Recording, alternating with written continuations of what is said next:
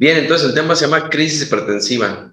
Entonces, hablaremos cómo atender a un paciente en la sala de urgencias, aunque la verdad es que no está nada más exclusivamente a la sala de urgencias, sino el paciente donde esté lo puedes atender desde tu consultorio, si estás en el servicio de medicina interna, si estás en el servicio de anestesiología, si está en quirófano el paciente, si está el paciente en terapia intensiva, es prácticamente el manejo muy similar y el paciente lo puede presentar la crisis hipertensiva. Le ponemos aquí que en el servicio de urgencias, pero en realidad lo puedes tratar donde esté el paciente sin problema desde la consulta, que vamos a ver algunos tips. Bien, los objetivos de esta plática es establecer las diferencias de crisis hipertensiva y hoy más adelante comentaré sobre las definiciones porque por ahí en algún momento algunos artículos eh, no se recomienda como tal lo que es este nombre, ¿no? Algún momento dijeron que la hipertensión arterial debe de ser un evento agudo y hipertensión aguda, pero quitar ese nombre de crisis hipertensiva, pero hoy por hoy así se llama y así se va a llamar por mucho tiempo quizás, ¿ok?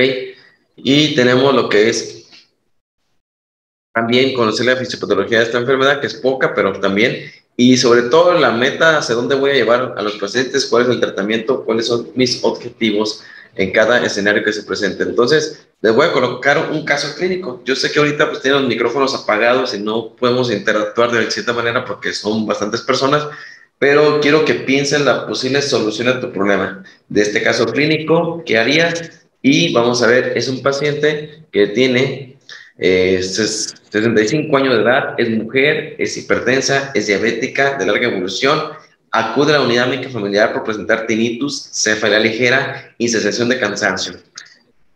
Esta mujer que acude al servicio de urgencia no se encuentra ningún dato de problema a nivel de la expresión física y los signos vitales están 190, 125, frecuencia cardíaca 80, frecuencia respiratoria 22, temperatura 36.5 y saturación del 90%. ¿Ok?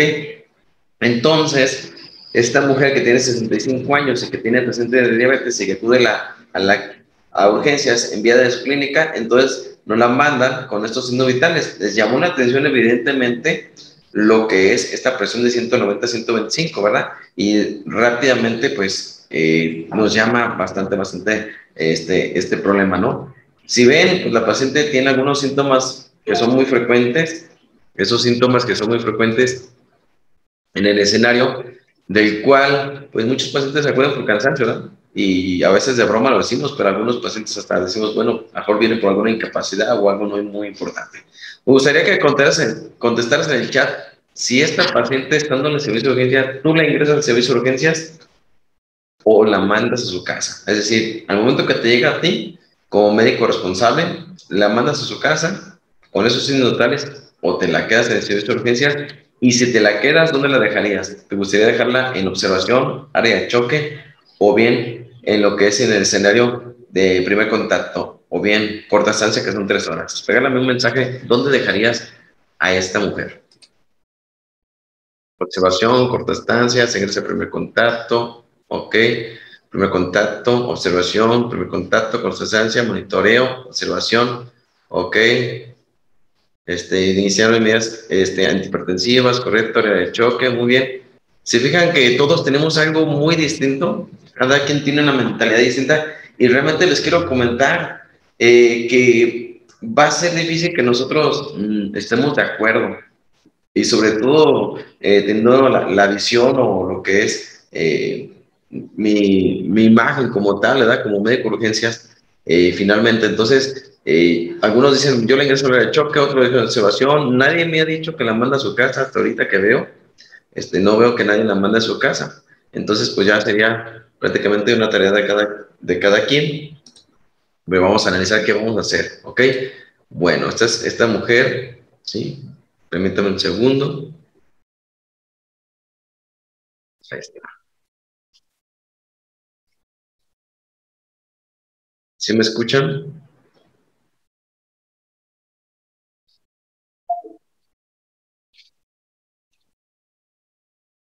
Bueno, entonces vamos a continuar con este caso clínico, en el cual tenemos otro caso clínico donde es un hombre de 54 años de edad, sin antecedentes de importancia, ¿ok? Este paciente acude porque tiene una cefalea intensa, descrita como thunderclap. Es una cefalea muy, pero muy intensa, en la cual, pues, es la primera de su vida, ya tiene múltiples vómitos. Está focalizado, tiene datos prácticamente de alguna parte de su cuerpo, que es extremidades derechas, no las mueve, y sus signos vitales están 180, 120, frecuencia cardíaca 120, respiratorio 24, 36.5 y saturando 95%. Este hombre que no tiene ninguna enfermedad, incluso tiene menos presión arterial que la propia mujer que la otra, ¿no? Entonces, me gustaría que me regalaras dónde dejas a este paciente. Lo mandas a su casa, lo dejas en el área de choque, lo dejas en el área de primer contacto o bien observación, que es más de 3 horas. Regálanos un mensaje. Muy bien, ahí está. Entonces, casi todos, yo creo que por ende van a decir, es un paciente que requiere estar en el área de shock. ¿Por qué? Porque finalmente tiene una cefalea intensa, está focalizado y su presión arterial está muy elevada. Entonces, bueno, vamos a empezar a ver estos detalles y es muy triste lo que vamos a aprender. Entonces, de una vez les digo, no espero que sean mis amigos después de esta plática porque les voy a decir la realidad de dónde deben dejar sus pacientes y a lo mejor se van a molestar, pero vamos a corregir los errores finalmente, ¿ok? Entonces, definitivamente este paciente sí debe ingresar al servicio de urgencias, definitivamente sí debe ingresar al área de choque por su deterioro neurológico, por la presión arterial, y esta mujer que les presenté previamente, vamos a ver qué hacemos con ella, porque de esos pacientes siempre se cometen errores. Bien, así está el paciente, miren. Muchos pacientes que nos llegan al servicio de urgencias, por ejemplo, la unidad médica familiar manda urgencias, desde urgencias no lo quiere porque pues dice, ¿qué le hago aquí en servicio de urgencias si nomás tiene elevada la presión? Y luego lo queremos regresar con el médico familiar, y luego el de trauma dice, no, es que el paciente tiene una fractura, pero tú controlas la presión porque tiene una presión elevada, y luego así va pasando con los pacientes. Si es una mujer embarazada y está elevada la presión, pues mándala a terapia intensiva, luego la controlan, y así es. Entonces están para arriba y para abajo los pacientes. Hablando de crisis hipertensiva, precisamente, este video se llama Cuando nadie te quiere dar. Entonces la crisis hipertensiva, sí, nadie la quiere. No la quiere nadie con urgencias porque a veces ni siquiera tiene urgencia real. Y luego el médico familiar dice, pues, ¿qué le hago aquí en mi consultorio, no? Si realmente está elevada la presión, ¿qué le hago? Y luego el traumatólogo dice, es que me llama la atención esa presión tan elevada. Entonces, el paciente finalmente sufre de un peloteo. Ok, entonces vamos a aprender qué vamos a hacer en cada uno de ellos. Entonces, vamos a empezar con las definiciones como tal, desde la más básica, como es la presión arterial. ¿Qué es la presión arterial? La presión arterial es la fuerza que ejerce la sangre sobre los vasos. ¿Ok? Y para tener esa fuerza requiere de 3 cosas. Primero, tener una bomba, que es el corazón, tener un vaso, ¿ok? Y tener el contenido que es la sangre. Entonces, la presión arterial es la fuerza que ejerce la sangre sobre estos vasos. Si la bomba está fallando, ¿ok? Entonces, puede ser que aumente la presión arterial porque está aumentando su fuerza muscular, o bien, en el caso del estado de choque, de choque cardiogénico, pierde la fuerza, finalmente el corazón, y pierde finalmente las resistencias y se cae y baja la presión arterial. Cuando un paciente tiene menos cantidad de volumen, por ejemplo, una hemorragia, pues se cae la presión arterial porque no está el contenido, no está pasando suficiente líquido sobre los vasos. Y por último, los vasos como están, ¿verdad? Si los vasos sufren deterioro, como es la arteriosclerosis o bien aterosclerosis, esto dado por la edad y por lo que es la acumulación de grasas, también se deforman y finalmente se lesionan esto en un futuro. Por lo tanto, el resultado total que quiero decirles es que para tener presión arterial tienes que tener un equilibrio entre el contenido, que es la sangre, la bomba y los vasos.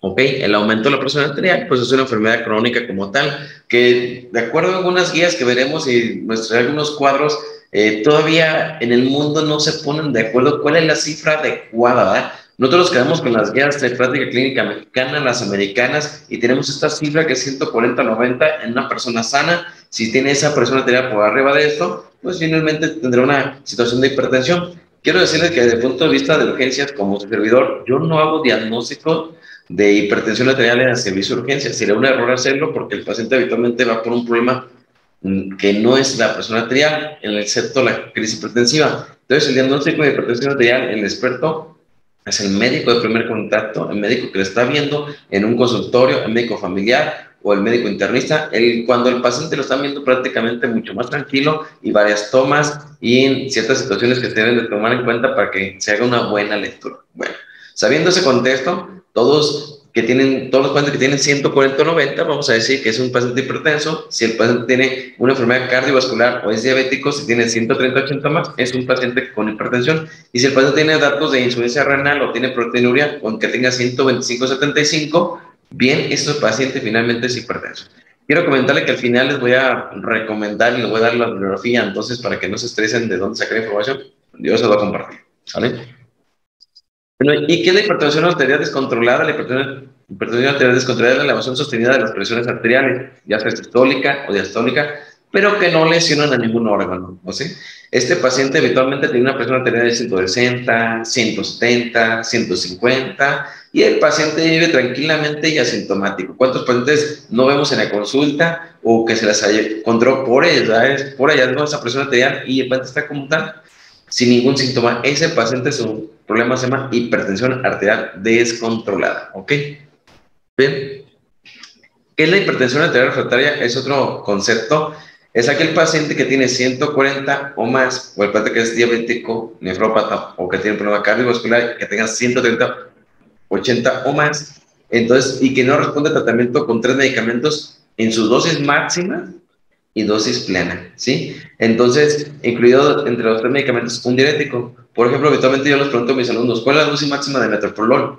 Si yo sé que la dosis máxima de metoprolol son 200 miligramos, pues es el tope de metoprolol, no le puedo dar más. Y yo sé que han visto pacientes que tienen 300 miligramos de metoprolol, hasta 400 he visto, pero ya no funciona, porque el medicamento tiene su dosis máxima, que es 200 miligramos. Si utilizamos 3 medicamentos, incluido un diurético, en su dosis máxima, entonces este paciente, si tiene más de 140 90, se llama hipertensión arterial refractaria.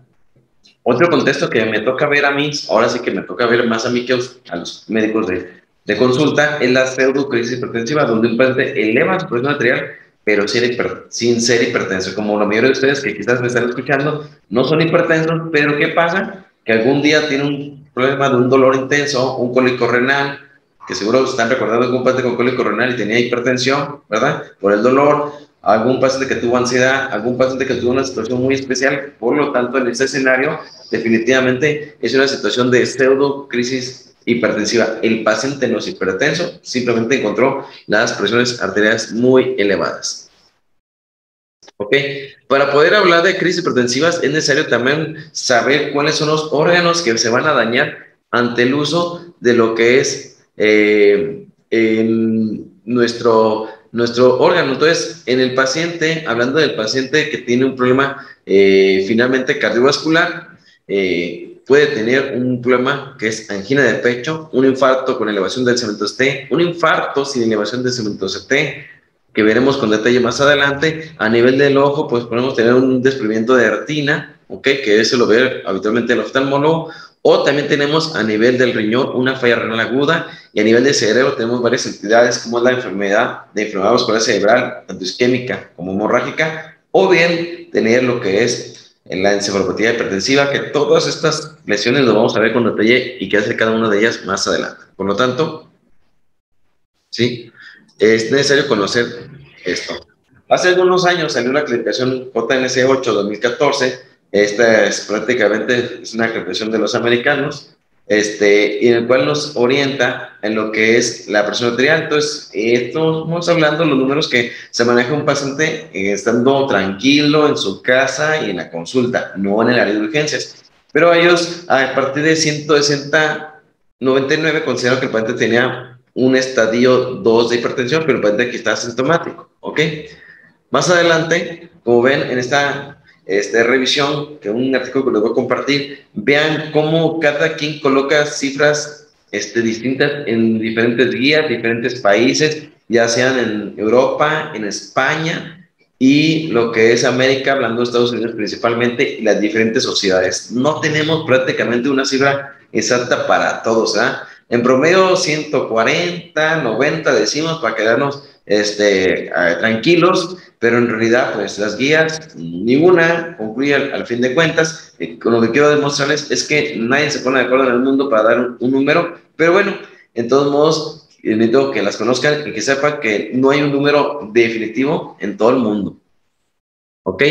En el 2017 apareció las guías de la American Heart, donde dijeron, bueno, pues tiene una presión arterial normal, elevada, estadio 1 y estadio 2, y apareció el concepto de emergencia hipertensiva, ¿sí? Emergencia hipertensiva, y fue muy criticada esta guía porque, como veremos más tarde con la definición de emergencia hipertensiva, en algunas situaciones, por ejemplo, tendría que tener daño a órgano blanco para ponerle ese nombre de emergencia hipertensiva. Y hay pacientes que no cumplen con eso, la verdad. Hay pacientes que están asintomáticos. Estoy seguro que conocen un paciente que está asintomático con 180, 120 y está como si nada, ¿no? Pacientes nefrópatas que acuden al servicio de urgencias por otro problema, menos por el problema de la presión arterial. Vienen porque tienen problema de diálisis, porque les falta la hemodiálisis, pero están asintomáticos en cuanto hablando de lo que es la hipertensión arterial y no hay evidencia de daño a órgano blanco. Entonces, esto es la guía 2017, ¿ok? Lo que es la Sociedad Europea de Cardiología establece que la presión arterial, hablando de crisis, ya vamos a decir crisis hipertensiva, 180, 120 o más, se llama crisis hipertensiva, ¿ok? La guía europea, la Sociedad Catalana de Cardiología, que dice que tiene que tener 190, 110. Entonces, si ven, son cifras un poquito distintas, ¿ok? Pero es en el mismo continente y no se ponen de acuerdo, ¿ok? También tenemos la Sociedad Española de Hipertensión, la Liga Española para la Lucha contra la Hipertensión Arterial. Aquí toman un nivel mucho más elevado para decir que tiene crisis hipertensiva. Fíjense, a mí pues ya se me hace muy alarmante esperar hasta 210, 120 para que yo decida definitivamente decir una crisis hipertensiva. Entonces, si el paciente no tiene 210, 120, si está por debajo, entonces sería hipertensión arterial descontrolada. Pero la verdad, con 209, pues definitivamente la mayoría de pacientes no están asintomáticos, ¿no? Entonces, pero lo que quiero que vean es que diferentes números, no nos ponemos de acuerdo, y como nosotros estamos aquí en México, pues sí nos tenemos que poner de acuerdo hablando entre nosotros, ¿ok? El número para nuestras guías, que es la American Heart, aquí de práctica clínica mexicana, es 180, 120 o más, se llama crisis hipertensiva. Lo vuelvo a repetir.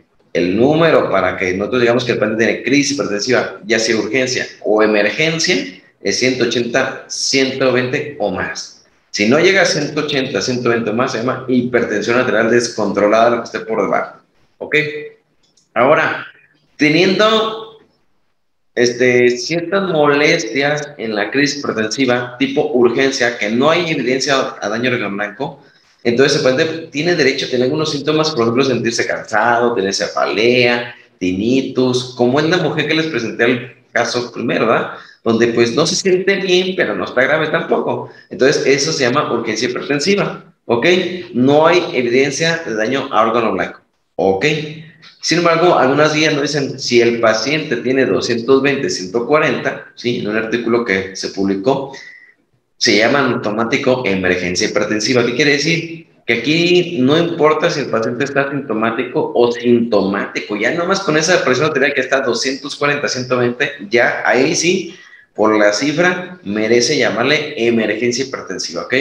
Como también merece llamarle emergencia hipertensiva a aquel paciente que tiene 180, 120 o más y que tiene evidencia clínica de daño a un órgano blanco. Nuevamente comento esto para que quede claro. La crisis hipertensiva se divide en urgencia y emergencia, ¿ok?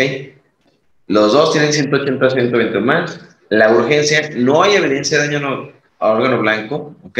No hay infarto cerebral, no hay infarto cardíaco, no hay hemorragia retiniana, no hay dolor torácico, son síntomas mínimos, porque también tiene derecho a tener algunos síntomas, pero son síntomas mínimos. Y la emergencia hipertensiva son 180, 120 o más, pero con evidencia clínica, incluso con estudios de daño a órgano blanco, ¿ok? Espero que haya quedado entendido esa para poder hablar. Si nosotros definimos las cosas bien, entonces es necesario que sepamos estos detalles, ¿sí? Les comento porque definitivamente sí es necesario que nos regalen ese conocimiento, que se lo sepan, porque si no tiene 180, 120, no llega a ese número, entonces no le podemos colocar ese nombre de crisis hipertensiva. Se llama hipertensión arterial descontrolada, lo que esté por debajo de ese número. Muy bien. Ahora, les decía la cifra, vean, 180, 120, la ciudad catalana es 200, 120, la europea 180, 120, otro dice 190, 110, algunas guías ni siquiera dicen cuánto, ¿verdad? pero son números que nos van a orientar en nuestro actuar. Quédate con eso, nos van a ayudar a cómo actuar con el paciente. No te quedes con la situación de que, si no tiene el número, no. O sea, nos van a ayudar a actuar. Si por ejemplo tú tienes clínicamente una emergencia hipertensiva, pues entonces se llama emergencia hipertensiva, aunque no tenga el número de la guía que tú quieras, ¿sale? En cuanto a epidemiología, en Estados Unidos afecta a 500,000 personas por año lo que es la crisis hipertensiva. De esas, el 74% equivale a un problema de urgencia hipertensiva y el 24%, ¿sí?, equivale a una emergencia hipertensiva. ¿Qué quiere decir? Que la minoría de los pacientes se ponen grave, no, se ponen grave y la mayoría les va bastante bien, ¿ok? ¿Quiénes son pacientes frecuentes en la sala de urgencias por este problema? Tenemos a los nefrópatas, clientes, ¿verdad? Son pacientes que todo el tiempo llegan a hacer urgencias con crisis hipertensiva. Si realmente quieres aprender sobre crisis hipertensiva, no hay un mejor paciente que te va a enseñar que se llama nefrópata, el que tiene insuficiencia renal aguda o bien crónica, y obviamente más la crónica que la aguda, porque la aguda a veces ni siquiera tiene tanto problema, pero la crónica es frecuentísimo. Si el paciente no se hemodializa, no se dializa, no se toma sus medicamentos, hace hipertensión arterial refractaria o de difícil control, entonces estos pacientes sufren de crisis hipertensiva muy frecuentemente en las urgencias. En México, ¿cómo andamos? Pues nada bien, ¿verdad? Uno de cada 3 personas de la población adulta mayores de 5 años es hipertensa en México, ¿sí? O sea, es muchísima la población que tenemos hipertensa. Una de cada 3 de los que ya son hipertensos prácticamente reciben tratamiento y están en control, o sea que los otros 2 no están controlados. Yo sé que a los que se dedican a la consulta, pues esto lo ven frecuentemente. Es raro que un paciente se apegue al tratamiento, que siga las dietas, que baje de peso, que haga lo que le compete. Ok, el 3% de la población hipertensa es un dato bueno, ¿verdad? Hace crisis hipertensiva. Entonces, el 3% de toda la población hipertensa hace crisis hipertensiva, o por lo menos se documenta esto, ¿ok? La crisis hipertensiva representa hasta el 7% de la consulta médica en servicio de urgencias. O sea, de cada 100 pacientes, 7 tendrán un problema de crisis hipertensiva. Por lo tanto, es necesario conocer muy bien este tema. Y los factores de riesgo que relacionan a que tengan crisis hipertensiva son que sea hombre, que sea afroamericano o prácticamente una tez morena, que sea paciente de edad avanzada, que sea un paciente genético y que tenga un índice de masa corporal de 30 o más, o sea, obeso. Entonces, estas situaciones hacen que predispongan a una crisis hipertensiva. Ahora, ¿qué causa una crisis hipertensiva? Vean, se los coloco en rojo y grandote, ¿verdad? Simplemente no se toma el medicamento el paciente. Es frecuentísimo ver ese detalle con los pacientes que no se toman los medicamentos. Entonces, es necesario ver este detalle. No se toma el medicamento, causa, no me lo surten, habitualmente dicen. Otro, se me terminó, no lo puedo costear, no lo puedo pagar, ¿sí? O simplemente pues, no se lo toma, ¿no? La otra es que algunos antihipertensivos, al suspenderlos, pueden generar crisis hipertensiva, cosa que ya no está tan recomendado, por ejemplo, el uso de clonidina. Clonidina es un medicamento alfa bloqueador que el día que el paciente lo suspendía, ese día tiene crisis hipertensiva, por eso no se recomienda, ¿ok? Ya que donde se usó para efectos de lo que es la hipertensión. También se utiliza para lo que es en eventos anestésicos, pero para acá, para la hipertensión, no recomendable. Los beta bloqueadores, los hipnóticos sedantes, en pacientes psiquiátricos, al suspenderlos tienen un gran riesgo de ser crisis hipertensiva. El paciente con enfermedad renal crónica es un paciente que frecuentemente cursa con esto. La enfermedad renovascular, el uso de drogas, la cocaína, PCP, alcohol y suplemento alimenticio está relacionado realmente con la generación de crisis hipertensivas. Y aquí, en paciente, tenemos algo que en la mayoría están sanos, ¿sí? Por ejemplo, si uno de ustedes está sano y alguien le invita a consumir una línea de coca y la dosis es muy elevada, entonces esto pudiera generar una crisis hipertensiva. O como el alcohol también en grandes cantidades, o llama mucho la atención los suplementos alimenticios. Tantas cosas que tenemos en el mercado que nos ayudan a crecer el músculo, los gimnasios, botes grandes. Esto genera finalmente un efecto deletério en el cuerpo y tienen el riesgo, ¿sí?, de generar crisis hipertensiva. Tienen que saberlo. La enfermedad de la colágena, el lupus eritematoso sistémico, está relacionado con crisis hipertensiva como la propia entidad, con ese gran factor de riesgo. Tenemos más cosas, ¿no? Los esteroides anabólicos para generar aumento del tamaño del músculo, finalmente tienes ese riesgo de generar lo que es crisis hipertensiva. Hay paciente con feocromomicetoma, este paciente, pues, al generar grandes cantidades de lo que es sustancias para generar estas hormonas, que se me fue el nombre, pues finalmente generan lo que es la crisis hipertensiva. El paciente quemado, como una reacción inflamatoria sistémica extensa, también genera crisis hipertensiva. Trasplantes renales, el uso de medicamentos, estos son unos guías que revisé: anticonceptivos, analgésicos, AINES, ciclosporina y carbamazepina, y pueden encontrarse infinidad de medicamentos que están relacionados a generar la crisis hipertensiva. Ok, el dolor, marcado en rojo, el dolor genera crisis hipertensiva también. La preeclampsia, eclampsia, que tocaremos más adelante como un tópico aquí, entonces también pues es parte de la crisis hipertensiva. La mujer no tenía la preeclampsia y ahora la tiene, y puede llegar a crisis hipertensiva como tal. ¿Ok? Y el uso de anfetaminas. Entonces, todo esto son riesgos latentes para generar crisis hipertensivas. Y les voy a colocar esto que es trauma craneoencefálico y AVC como crisis hipertensiva, también los pueden generar, pero para ello hablaré más adelante sobre la curva de retrogresión y explicar este detalle. ¿Por qué? Porque el paciente con trauma craneoencefálico y AVC solito, nada más, por tener esta entidad, aumenta su presión arterial. Nada más, ¿sí? Y es algo bueno que aumenta la presión arterial, lo veremos por qué más adelante. Pero puede aumentar tanto la presión arterial que llegue a la crisis hipertensiva. Bien, ¿cuál es la fisiopatología de esta enfermedad? ¿Sí? Bueno, recordamos que lo que es en nuestro cuerpo tenemos arterias, las cuales pues, van siendo normales al nacer, y como va creciendo la edad, sí va aumentando, va perdiendo la elasticidad, lo que es la agregación de plaquetas, la agregación de lípidos, deforman prácticamente lo que es esta arteria, y también lo que es respuesta inflamatoria sistémica crónica y la capa lipídica. Entonces se va deformando, va perdiendo la elasticidad, y pues al perder la elasticidad, estos pierden la facilidad de hacerse más elongadas, por lo tanto se tienden a endurecer.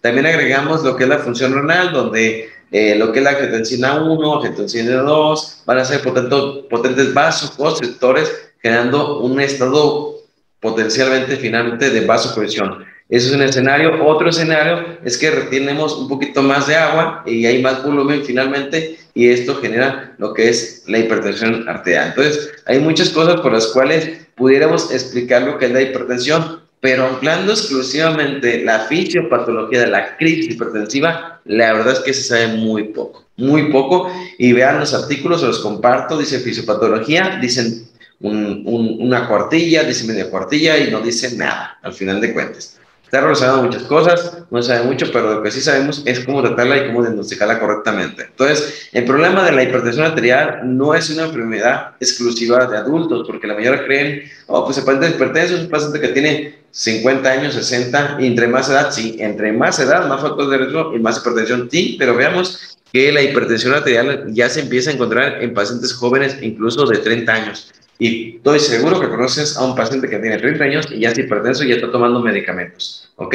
Entonces, ese es el escenario por lo cual ustedes deben de considerar lo que es la hipertensión arterial como una enfermedad que se presenta en personas muy jóvenes, pero muy jóvenes. Y quiero darles un dato hablando de jóvenes. Si tú encuentras un paciente joven y que es hipertenso, antes de regalarle un beta bloqueador, un losartán, lo que tú quieras, un IECA, te recomendaría enviarlo a nefrología para hacer su revisión. Muchos pacientes jóvenes tienen glomerulopatías, y estos pacientes, por ejemplo, tienen glomerulonefritis y que se responden a esteroide. Y entonces, el escenario habitual de México es, bueno, estás hipertenso, estás joven, pues pobrecito, te doy tu antihipertensivo y ya no se sabe ni por qué da. Entonces, el que tiene 30 años no se atiende correctamente y está aumentando su presión arterial poco a poco, lo están medicando, pero no resuelve ese problema de base. Entonces, en vez de regalarle a un paciente un antihipertensivo, mejor regalarle una consulta con un nefrólogo y que se le diagnostique y se haga su biopsia, porque muchos pacientes van a responder con esteroide en vez de antihipertensivos y van a resolver la causa. Se los comento porque hay muchos pacientes jóvenes hipertensos que nomás les dan antihipertensivos y ahí quedan, lamentablemente. Ok, ¿qué va pasando? También como va avanzando la edad, va perdiendo la elasticidad, y eso se llama compliance, ¿ok? Entonces la compliance es la capacidad del vaso para abrir y cerrar, se va perdiendo o se va endureciendo con el tiempo. Y lo mismo le pasa a lo que es la aorta, como también a la retina. O sea, las venas y arterias, finalmente las dos se van a lesionar, tanto grandes como pequeñas, y esto está finalmente asociado a lo que es la hipertensión. Hay teorías que nos tratan de explicar por qué el paciente tiene una crisis hipertensiva. Está la teoría neuromural, la teoría renal y la vascular como tal que pudiera explicar, pero comentarles que nada es 100% cierto. Entre más teorías, es más probabilidades, pero en realidad nada es 100%. Entonces, hablando de lo que es la fisiopatología, que vamos a comentar ahorita, que es la situación de la autorregulación cerebral, el cerebro ante la crisis hipertensiva es el órgano que más se protege ante el daño, ¿ok? Un paciente que sube abruptamente lo que es la presión arterial, definitivamente es un escenario por lo cual el paciente puede llegar a controlarse. Un segundo. Bien, entonces la autorregulación cerebral, sí, la vamos a ver. También tenemos la renal y la cardíaca, pero con más detalle, tenemos lo que es la cerebral que ahorita veremos. Entonces, los mecanismos neuromorales, ¿qué se conoce? Bueno, sabemos que tenemos vasoreceptores y quimiorreceptores a nivel de lo que es nuestras arterias carótidas, nuestras grandes arterias que surten de sangre a nuestro cerebro, y al perder un poco, finalmente, de elasticidad y de cambio de volumen, van generando que el paciente aumente lo que es la presión arterial. Quiero decirles que tan solo un cambio, ¿sí? El mecanismo de sed que tenemos, es decir, cuando tú decides tomarte un vaso de agua, es porque te deshidrataste mínimamente. ¿Cuánto? Un cambio de osmolaridad del 2%, ¿sí? Tan poquito, nosotros estamos un poquito desfasados de nuestra osmolaridad, ya están los quimiorreceptores y los vasoreceptores mandando señales para que tú te pares a tomarte un vaso de agua, ¿ok? O los líquidos que tengas enfrente de ti, ¿ok? Entonces, este mecanismo que dice que hay una vasoconstricción persistente, ¿ok? Y que hay liberación de angiotensina 2, este vasoconstrictor que prácticamente daña a cualquier vaso, ¿ok? Tanto el cardíaco como el renal, como cualquier otro sitio. Otro mecanismo vascular es que también a nivel del endotelio se va perdiendo lo que es la relajación porque no tenemos el óxido nítrico suficiente y necesario para poder hacer nuevamente que ese vaso sea elástico. Entonces, el paciente va perdiendo óxido nítrico, entonces va tendiendo a hacer más endurecimiento de esta arteria. ¿Ok? Hay otras teorías como los factores de hiperproducción derivados del endotelio, lo que es el aumento del estado protrombótico y factores de crecimiento, y esto le ocurre tanto en las arterias grandes como en las pequeñas, ¿ok? Y para comprender esto, pues veamos esta fotografía donde las arterias pequeñas, tanto las grandes, van haciendo cada vez más pequeñas, ¿ok? Y cada vez más gruesas, ¿ok? No es lo mismo como estaba al inicio, que estaba muy delgada la pared, como acá, que estaba más gruesa, y finalmente el volumen se va a cambiar, va a ser un volumen cada vez menor, ¿ok? Entonces, esto va a generar finalmente un intento de remodelación vascular, tratando de tener menos difusión endotelial del organismo, y como consecuencia tenemos la elevación de la presión arterial. Bueno, esta laminita es muy, pero muy importante en el manejo de lo que es la crisis hipertensiva, y les voy a pedir que sí coloquen mucha atención porque este es el parteaguas de muchos tratamientos que daremos, no nomás para crisis hipertensiva, sino el paciente con trauma encefálico, sino también el paciente con enfermedad vascular cerebral, el paciente que tiene un tumor cerebral, exactamente lo mismo, ¿ok? Entonces, para que funcione bien nuestro cerebro, tenemos que tener una buena presión arterial media, ¿ok? Aquí la presión arterial media, para que funcione, idealmente debe estar entre alrededor de 100, ¿sí? Y máximo 140, ¿ok? Quédate con ese número, 140 máximo de presión arterial media. Más tarde hacemos un ejercicio y te lo diré por qué, ¿ok? Máximo de lo que es presión arterial media debe ser 140. Al tener 140 y quedarnos aquí, ¿verdad? El flujo sanguíneo cerebral está entre 50 y 60 mililitros. Así funciona nuestro cerebro. Funciona bien, ¿sí? Con esa presión arterial media. Cuando tú le bajas la presión arterial media, estás por debajo de lo que es su ideal de 100, andas en 90, en 80, 70, pues el paciente también baja su flujo sanguíneo cerebral. ¿Y qué va a haber como tal? Un gran problema. El paciente no va a funcionar adecuadamente, lo vas a encontrar desorientado, con estado de coma, va a estar inquieto, va a tener muchos problemas finalmente clínicamente que lo vas a ver, y son pacientes que a lo mejor dices que su largo bajó de 15 a 8 puntos y los terminas intubando. Ok, esta lámina para mí es la más importante de lo que es la curva de autorregulación. Quiero que observen en la parte superior estos vasos, ¿ok? Estos vasos que están dilatados y estos vasos que están con más vasoconstricción. pero estando prácticamente entre presión arterial media, ¿sí? Entre lo que el comento, les decíamos, 100 a 140, o lo que es la presión de perfusión cerebral, estando entre 50 y 125 de presión de perfusión cerebral, el cerebro es feliz. Tenemos un cerebro el cual va a aguantar los golpes que tú le generes, ¿sí? Tanto en el aumento de la presión arterial como en la caída, y te va a permitir estar trabajando. Entonces, es bueno que el cerebro tenga esa capacidad elástica, es como un globo, ¿verdad? Tiene la capacidad de hacerse grande, pequeño, sin llegar a romperse. Pero cuando pasa más de 140 presión arterial media, o la presión de perfusión cerebral está por arriba de lo que es 125, o lo que es el flujo sanguíneo cerebral está por arriba de 100, o sea, está exagerado y está arriba, pues se llegan a romper. Esto daría prácticamente el cuadro clínico de un paciente con AVC hemorrágico. Ahora nos vamos a ir a otro lado, cuando el paciente está hipotenso, un paciente que está en estado de choque, cuando su presión de perfusión está por debajo de 75, lo que es el flujo sanguíneo cerebral por debajo de 50 y la presión arterial por media por debajo de 100, pues la verdad que el paciente lo vamos a tener pues con alteración del estado de alerta, igual como comentamos, estuporoso, comatoso y bien muy mal clínicamente. Entonces, pero fíjense, todavía hasta aquí el cerebro te dice en este cuadro, todavía a pesar de lo que tú me hagas, a pesar de que me bajas la presión, yo te sigo apoyando, sigo adelante contigo para poder recuperarme sin problema. Pero cuando ya tenemos un escenario que el paciente está sumamente hipotenso, pues prácticamente los vasos se dilatan y el paciente pues ya pierde el estado de alerta. Bien, ahora esta laminita que ustedes asociaban es muy importante en cuanto a qué órganos se dañan con frecuencia en las crisis hipertensivas. Obviamente, como estamos diciendo que se dañaron, pues en la emergencia hipertensiva.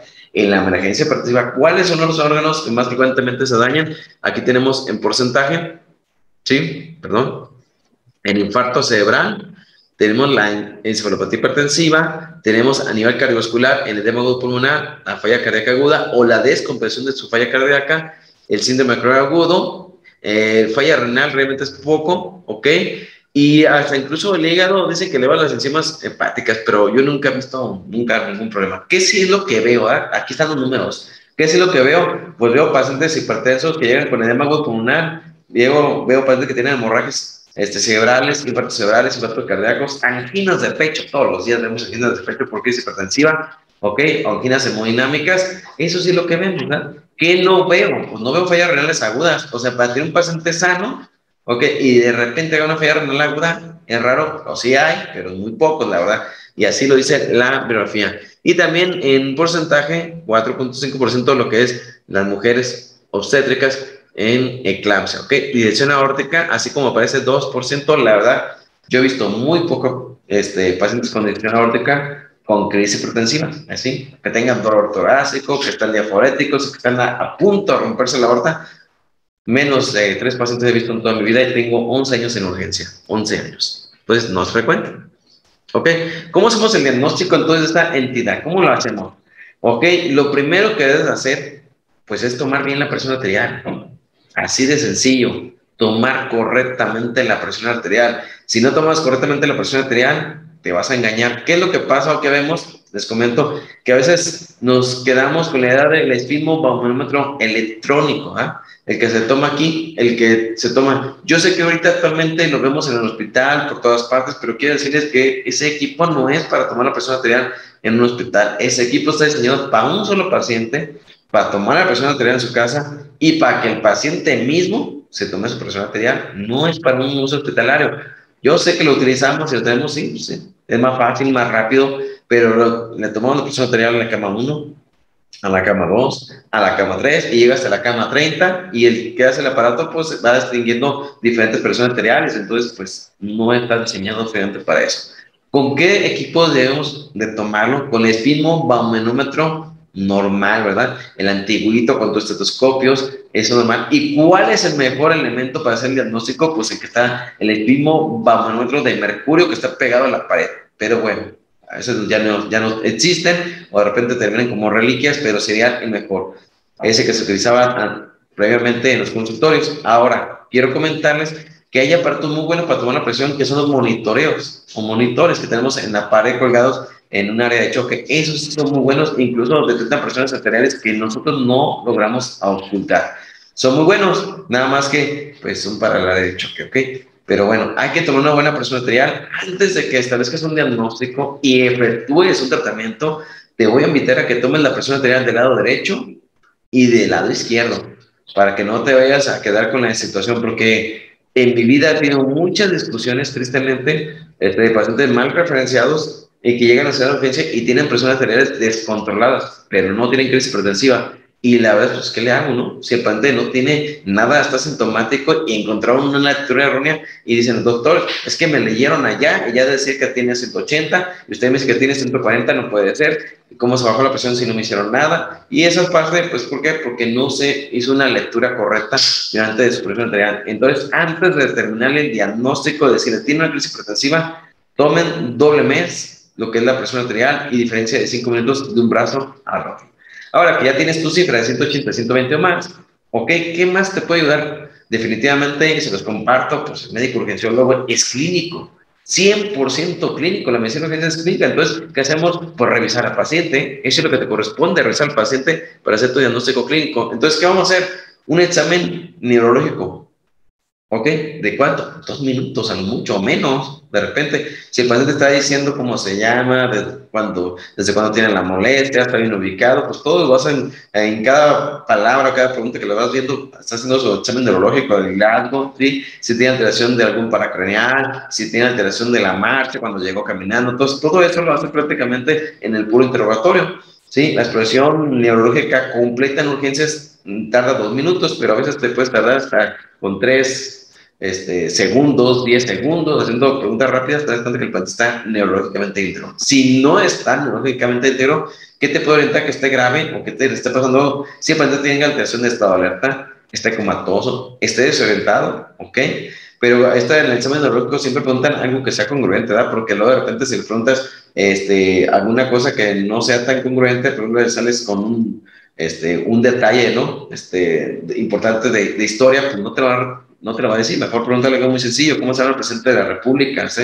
¿En qué año se encuentra? ¿Cuántos años tiene? ¿Cómo se llaman sus hijos? Y más fácil va a ser para que veas que está orientado o está desorientado. Si el paciente convulsiona, es un paciente definitivamente ya grave, ¿no? Crisis hipertensiva o convulsión es un paciente grave y incluso requiere el área de choque. ¿Qué puede tener? Puede tener una hemorragia, puede tener edema cerebral, puede tener encefalopatía.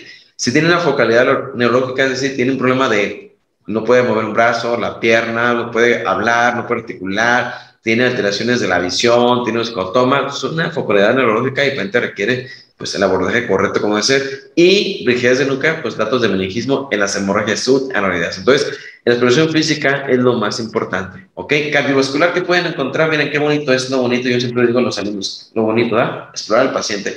Taquicardia, puede tener taquipnea, puede tener desarrollo de un tercer tono, cuando el paciente tiene falla cardíaca descompensada, puede tener lo que es el síndrome de Galope, cuando tenga datos de un estado de choque o una falla cardíaca descompensada, tiene ortopnea, tiene estertores, cuando tenga datos de edema agudo pulmonar, incipiente o completo prácticamente, tiene edema en extremidades, tiene asimetría de pulsos, esto nos orientaría a una cortación de la aorta o un problema a nivel cardiovascular muy importante. Y algo que parece increíble, vean, datos de hipoperfusión llenado capilar lento. ¿Cómo es posible que un paciente que tenga crisis hipertensiva, que lo que le sobra es presión, tenga datos de hipoperfusión? Pues sí, así como el estado de choque, que es un estado de hipoperfusión y tiene llenado capilar lento porque no profunde bien y el paciente tiene presión arterial de 80-40, el paciente que tiene crisis hipertensiva también le pasa lo mismo porque no está bien hipoprofundido. Entonces, les voy a invitar a que exploren a sus pacientes de esta manera y vean datos de choque en su paciente con crisis hipertensiva. Datos de choque en crisis hipertensiva. Qué ironía, pero sí, es una realidad. Datos de hipoperfusión tisular en un paciente con crisis hipertensiva. ¿Ok? En el fondo de ojo, es algo que también pueden ustedes valorar en el servicio de urgencias si hay datos de hemorragias retinianas o la presencia del papiledema, ¿ok? Entonces, aquí nos podría orientar a que el paciente tiene una lesión focal a nivel ocular o desprendimiento de retina o algo que nos oriente finalmente que está ocurriendo algo, ¿ok? Entonces, el fondo de ojo nos puede orientar. Los pacientes hacen hilos de plata, alteraciones vasculares crónicas por la hipertensión, pero hay que ver qué es lo crónico, qué es lo agudo o qué es lo que está descompensado.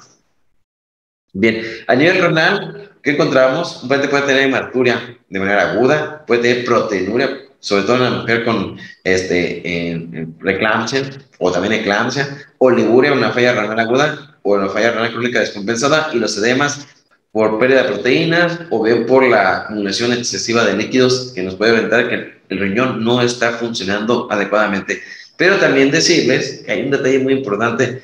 En los pacientes con enfermedad renal crónica nos van a desorientar mucho porque ya están con disminución de su filtración glomerular, por lo tanto no nos damos cuenta en realidad qué le está pasando a veces, si es la crónica y se descompensó, porque de repente pues tiene una creatinina de 7 y no sabes si es de ahorita o es de antes, si es de ayer o cuándo, bueno, pero bueno, hay que aprender en el contexto clínico cómo se comporta el paciente.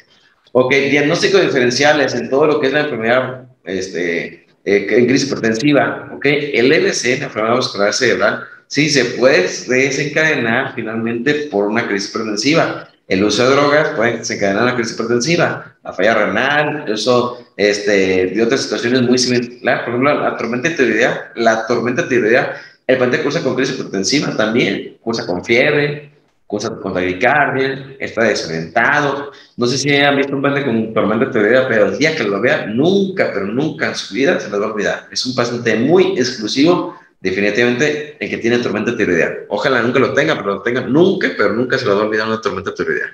Es un paciente muy grave. Ok, bien, entonces, exámenes de laboratorio, ¿a quiénes? Pues en lo que sospeches, ¿sí? No se trata de pedir una batería de exámenes nomás porque tiene una presión arterial elevada. No, si el paciente tú tienes o crees que tiene un problema a nivel renal, pide un examen general de orina. ¿Qué vas a encontrar? Pues pérdida de proteínas, ¿ok?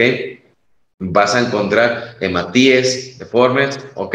Vas a encontrar realmente la presencia de hematuria y esto te puede orientar. Muchos pacientes con litiasis renal hacen crisis hipertensiva porque hay un lito ahí que está enclavado y descontrola la presión arterial o también por el dolor. Entonces, sí es necesario tomar un examen de orina si el paciente tiene en la clínica un problema urinario, ¿ok?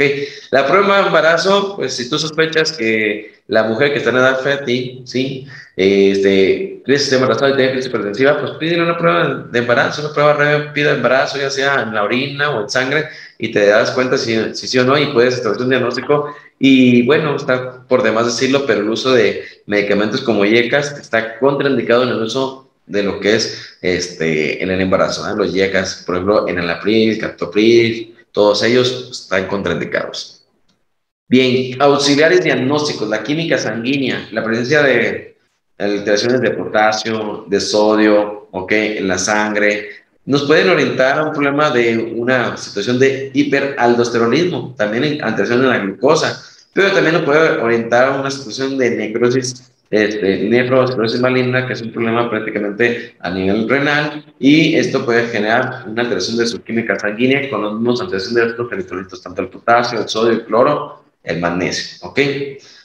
Yo, cuando veo a un paciente, mi herramienta más poderosa para mí se llama el electrocardiograma. Es la herramienta más poderosa, más económica, más fácil, la tienes al momento, no genera dolor, se la tomamos y nos puede orientar si el paciente tiene hipertensión arterial crónica, ¿ok? Hipertensión arterial crónica, ¿cómo sabemos? Porque el paciente tiene hipertrofia ventricular del izquierdo, porque tiene hipertrofia de la aurícula izquierda. Si el paciente viene con dolor de pecho, estamos obligados a tomar un electro y nos permite determinar si tiene infarto con elevación de cemento T, sin elevación de cemento T, es una angina de pecho o no le está pasando nada a nivel torácico, ¿ok? Pero sí nos permite tener mucha información. Entonces, el electrocardiograma está obligado en un paciente crítico. En la emergencia hipertensiva, a todos, tómales, a todos, y es parejo, un electro en la emergencia hipertensiva, ¿ok? En la urgencia hipertensiva no lo necesitas como tal, ¿ok? Ya sé si quieres tomar, pues adelante, no pasa nada. ¿Qué más vamos a tomar? Una radiografía de tórax. ¿Para quién? ¿Para el paciente que tiene cardiomegalia? Sí. Muchos pacientes me mienten, se pasan. El doctor, yo no soy hipertenso. Es mentira, estaba bien. ¿Cómo sabe que usted es hipertenso? Ah, porque tienes hipertrofia ventricular izquierdo en tu electro y porque en tu radiografía tienes cardiomegalia. Y la verdad es una enfermedad silente, no tiene molestias los hipertensos, entonces pues ni siquiera saben que son hipertensos. Ok, la coartación de la aorta nos puede orientar al presencia de un botón aórtico, ok, y por último el edema pulmonar. La radiografía de pecho nos puede orientar hacia el paciente tiene edema pulmonar, pero bueno, como siempre se los comento a mis alumnos, no te esperes a tomar una radiografía de tórax para determinar o saber que tiene edema pulmonar. El edema agudo pulmonar es por clínica y la radiografía con isografía ni la necesitas. Hay que tratar primero al paciente y luego ya ves si le quieres tomar radiografía. Nunca esperes a tomar una decisión con una radiografía en edema agudo pulmonar. Primero trata a tu paciente porque ese paciente se está ahogando, está falleciendo en cualquier momento enfrente de ti. Ok, anemia hemolítica o datos de microangiopatía en la hemática. De repente algunos pacientes tienen anemia por este problema y nos puede orientar a la destrucción de los glóbulos finalmente rojos por la presencia de una crisis hipertensiva. Bien, ¿qué más estudios? Ok, si de repente dices que tiene falla cardíaca descompensada o bien aguda, la presencia del péptido neotriótico tipo A o tipo B elevado, que finalmente es una muestra de sangre y si está elevada, pues te das cuenta que tiene datos de falla cardíaca, ok, o la elevación de las enzimas cardíacas es importante cuando el paciente tiene dolor torácico y tiene crisis hipertensiva para determinar si tiene infarto o simplemente se trata de una angina de pecho.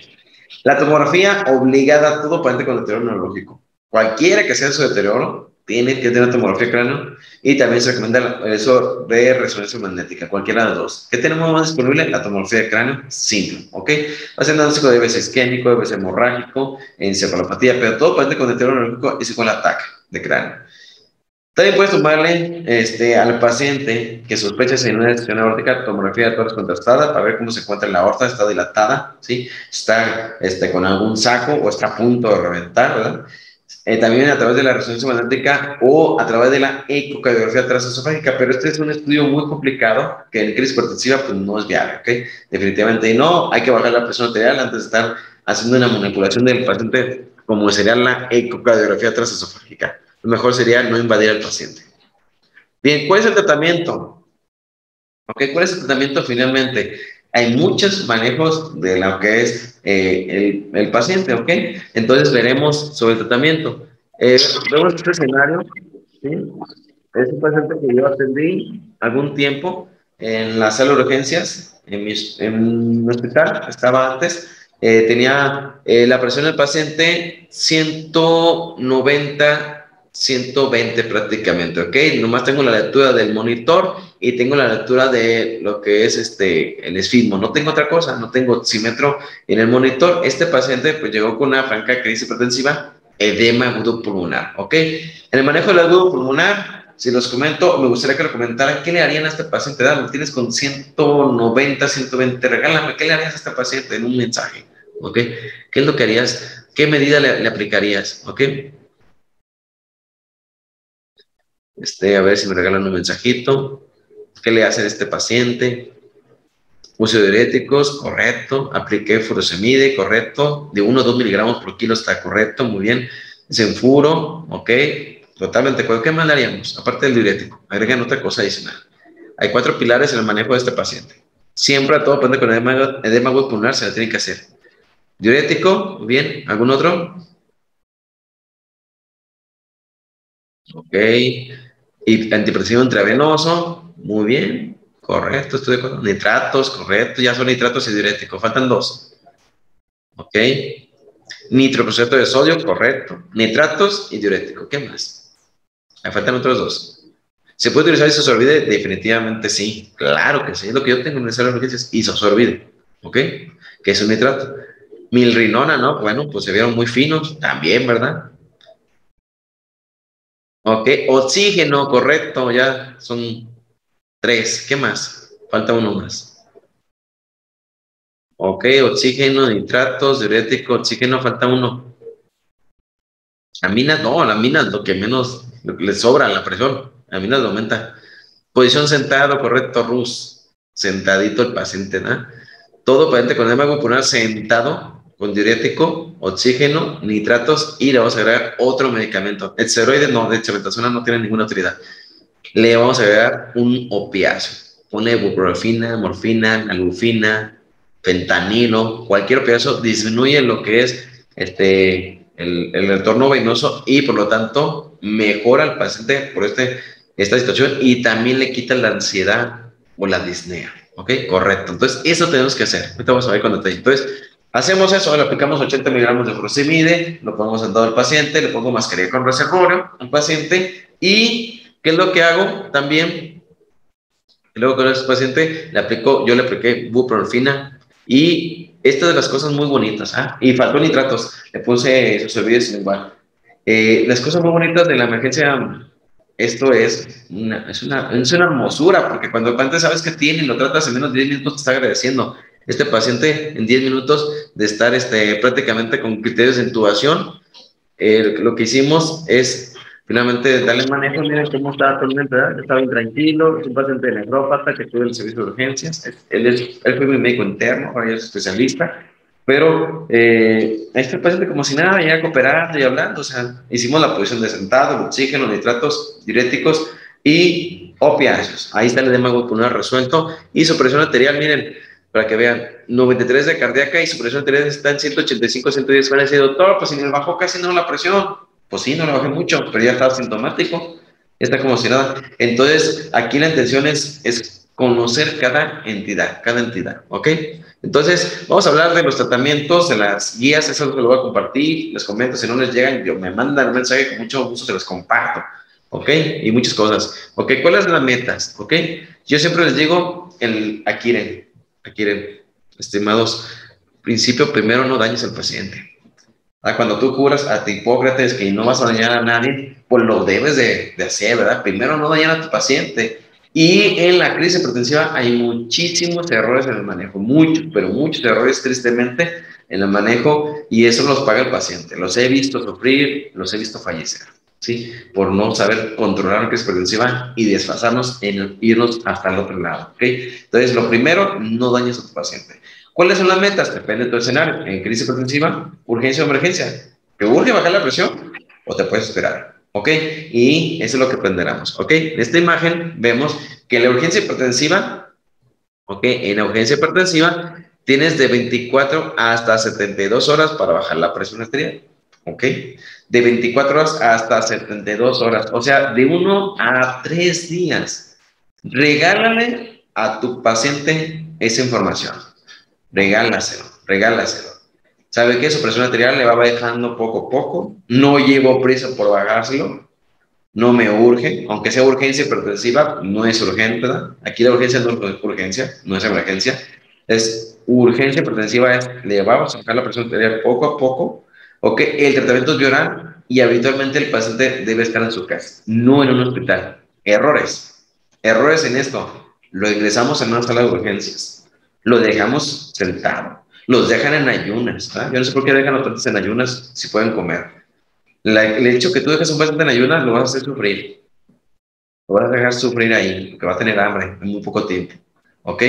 Y luego lo dejas sentado en una silla metálica, a veces, ¿no? Y quédese toda la noche hasta que le baje la presión. Uno de los errores que yo he visto en la práctica médica es que le dicen al paciente, y no se vaya hasta que le baje la presión arterial.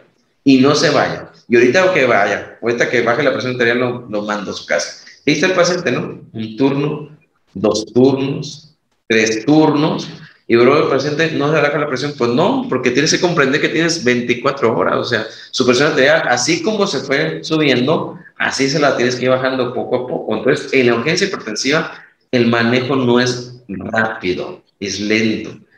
Miren, mejor en su casa, mejor que se tome sus medicamentos en su casa, ¿sí? Que esté comiendo lo que él quiera. Si tienes que dar incapacidad, dale la incapacidad, te lo va a agradecer. Dale 2 días si quieres, le baje la presión arterial, te lo va a agradecer.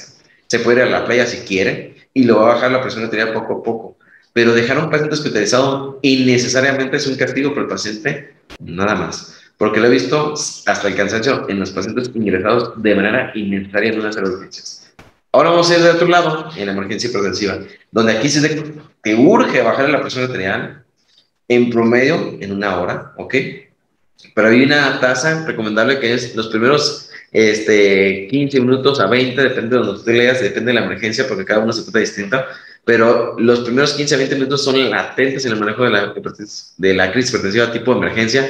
El tratamiento va a ser intravenoso y el paciente es un área de choque.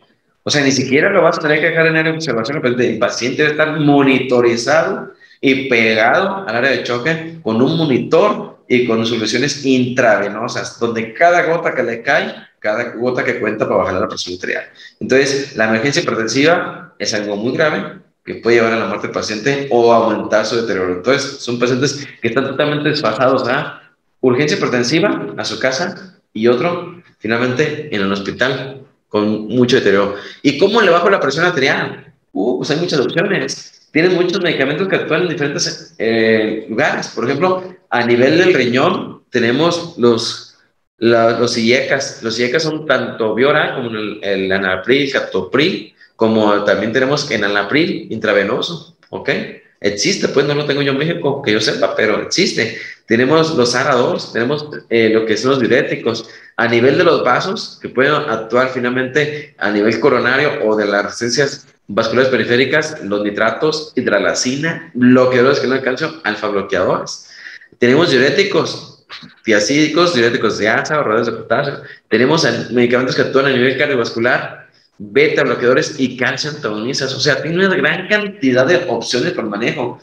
Entonces no te cierres a manejar a un paciente. O sea, tiene tantas cantidades. Sí, si le estoy dando un diurético, pues le puedo agregar un medicamento, un nitrato, o le puedo agregar un beta bloqueador. Sí, pero que sea finalmente de diferente género, que pueda trabajar en diferentes partes para que le baje la presión de manera correcta. ¿Ok? Bien, este es el algoritmo. Este es un artículo muy, muy interesante donde te dicen qué hacer, ¿verdad? En una emergencia hipertensiva y en una urgencia. Si el paciente tiene más de 180, 120, o sea, crisis hipertensiva, pero que no está grave, no deberá ingresarse en las salas de urgencias. Fíjate, ya de entrada dice, rechecar la presión arterial. Si está sintomático 180, 120, pues entonces no deberá de ingresarse a un hospital, ¿ok? ¿Qué hay que hacer con él? Bueno, pues si tiene 180, 120 y no está grave, no tiene deterioro de ninguna situación, entonces el paciente se deberá agregar un medicamento más de lo que toma. Por ejemplo, si toman los sartán, ¿verdad? Pues ahora agregarle metoprolol o agregarle un nitrato o agregarle hidralazina o el que tú quieras que te convenga, no hay ningún problema. Hay que agregarlo, ¿ok? 2 fármacos, ¿sí? Y ajustar la dosis, porque a veces los medicamentos se los dan muy separados y eso genera que tengan mal apego a la presión arterial. Pero dice, no intentar normalizar la presión arterial. Entonces, no intenten normalizar la presión arterial, por favor, ¿ok?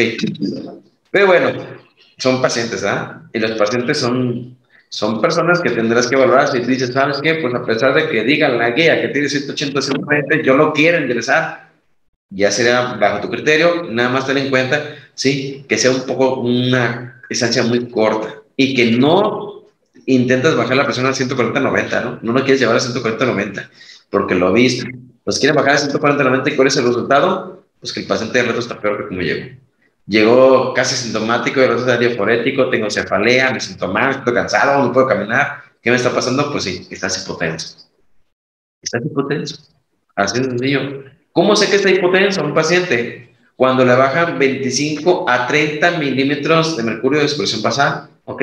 Entonces, si un paciente llegó con 170, 90 y estaba casi sintomático y ahorita la tiene 140, tu paciente ya está hipotenso, entonces ya tienes datos finalmente de síntomas de hipotensión, disnea, dolor torácico, palpitaciones, malestar general, se siente inquieto, se siente mal. Si el paciente lo decides investigar, porque así crees conveniente, puedes tomar una biometría, PET tipo vena, falla cardíaca, radiografía, electrocardiograma, ok, adelante. Lo que tú consideres se respeta, ok. Pero si el paciente tiene daño a órgano blanco, ¿cuál es el órgano blanco dañado? ¿Es el cerebro? Ok. Entonces, ¿qué va a hacer en el cerebro? Toma una tomografía. Y la presión arterial, ¿qué vamos a hacer? Ahorita vamos con detalle en cada uno de los manejos, ¿eh? Pero si el paciente tiene 220, 120 o más, tiene que bajar la presión arterial. Si el paciente se puede trombolizar, enfermedad vascular isquémica, te pide que tenga menos de 185, 110 para poder trombolizar, ¿ok? Para poder aplicar el trombolítico. Si el paciente tiene edema agudo pulmonar, se recomienda aplicar nitratos, diuréticos y darle presión positiva con el CPAP, ¿verdad? El ventilación mecánica con CPAP, en vez de intubar al paciente, ¿ok? En cefalopatía hipertensiva, bájale la presión arterial media 20% o que tenga la tensión arterial diastólica entre 110 y 100, ¿ok? La diastólica. ¿Qué es lo que más va a matar a tu paciente? ¿Qué más va a complicar? No es la sistólica, es la diastólica. Lo que va a matar a tu paciente siempre es la diastólica, no la sistólica, ¿ok? Entonces, cuando o arriba está de 120 de diastólica, ya empiezan a haber problemas. Si tienes 140 de diastólica, el paciente está muy grave ya, ¿ok? Si el paciente tiene hemorragia cerebral, pues entonces controla la presión arterial y te voy a regalar el número meta de todo paciente que tenga un problema neurológico en crisis hipertensiva. 160-90. Quédate con ese número hoy. ¿Cuál es la meta a donde tienes que llevar a tu paciente? Tranquilamente 160-90 de presión arterial. Ahí déjalo. Ya no lo bajes más, por favor. Nunca bajes a tu paciente de 160-90. Nunca. Déjalo ahí. Ahí está muy bien. Voy a hacer ese gran error de quererle bajar más la presión. 160-90 de lujo para el paciente y de lujo para ti. Disección aórtica. El paciente con disección aórtica que veremos adelante es un paciente muy grave. Si llega a romper la aorta ya no tienes paciente. Entonces dicen, de todas las emergencias hipertensivas, ¿cuál es la que mata al paciente y que tienes que bajarle? Pero así la presión arterial, cueste lo que cueste, te llevas al cerebro, al corazón y al riñón, es disección aórtica. Porque si llega a romper la aorta ya no tienes paciente. Entonces la meta es bajarlo incluso a 120 de sistólica. Si lo tienes en 220, en 5 minutos bajarlo, ¿sí? Con el gran riesgo de generar una lesión cerebral, pero eso es evitar la muerte del paciente.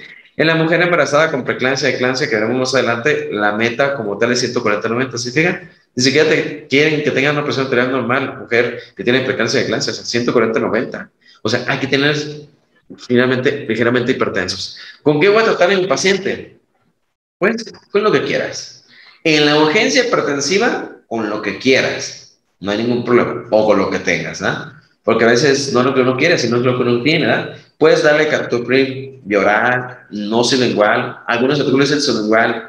Recomiendo bioral. El captopril está diseñado para ser bioral, no para ser vía sublingual. ¿Sí funciona sublingual? Claro que sí, funciona porque es un antihipertensivo, pero está para bioral, ¿ok? Hay que aplicarle diuréticos si tú consideras, si quieres. O sea, puedes darle un beta-bloqueador, metoprolol. En la urgencia hipertensiva tiene 3 días para bajar la presión arterial.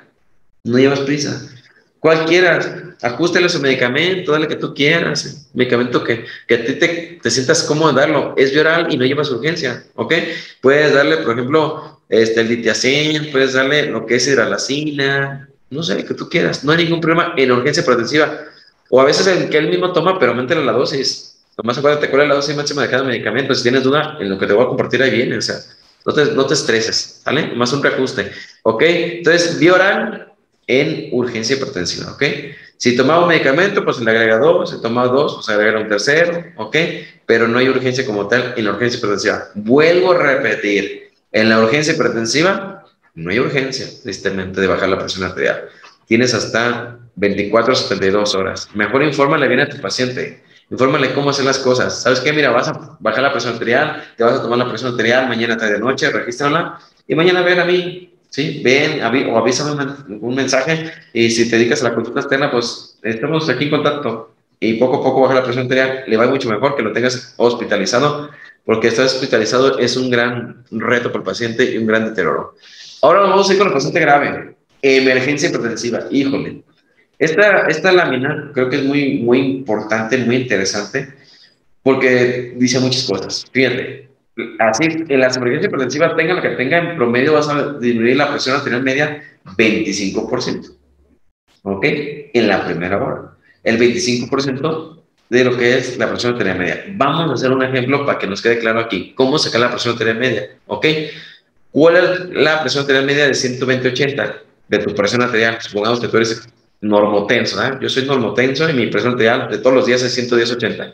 Pero supongamos que tú tienes 120-80 y yo quiero saber tu presión arterial media, ¿ok? Entonces, tu presión arterial media se hace de la siguiente fórmula. 2 veces suman la diastólica más una sistólica entre 3. Te lo vuelvo a repetir para que lo hagas el ejercicio con tu calculadora o mental, ¿sí? 2 diastólica más una sistólica entre 3. ¿Cuánto te da 120-80 de presión arterial media? 2 diastólicas, 2 veces 80, o sea, 160 más 120 más la sistólica entre 3. ¿Qué número te sale? Regálamelo, por favor. 93, ¿ok? 93. Presión arterial media, 93. Estamos cómodos, ¿ya? ¿Ok? Si el paciente te llega con 240, 120, ¿cuál es la presión arterial media? A ver, ¿quién me regala ese número? 240, 120. ¿Cuál es la presión arterial media de 240 a 120?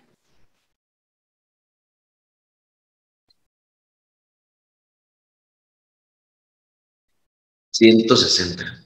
¿Ya vieron? A ese nivel está el cerebro a punto de romper las arterias, si no es que las tiene, ¿ok? ¿Cuál es la presión arterial media de 180 a 120? ¿Cuál es la presión arterial media de 180 a 120? O sea, ¿cuál es la presión arterial media de crisis hipertensiva? 140. Ahí está la clave, ¿sabes? Ahí está, 140. Ese número es clave para el manejo de los pacientes. A veces hay que bajarlo al paciente ahí nada más, hasta 140. ¿Ok? A veces. ¿Cuál es la presión arterial media de 160 a 90?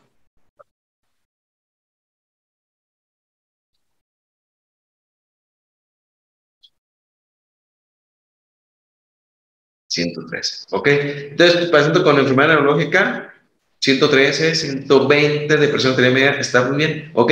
Entonces, tú le sacas la presión arterial media a tu paciente y el 25% de la presión arterial media se la tienes que bajar en una hora. De la segunda hora, del inicio de la segunda hora a las primeras 6 horas, la presión arterial tiene que estar en 160.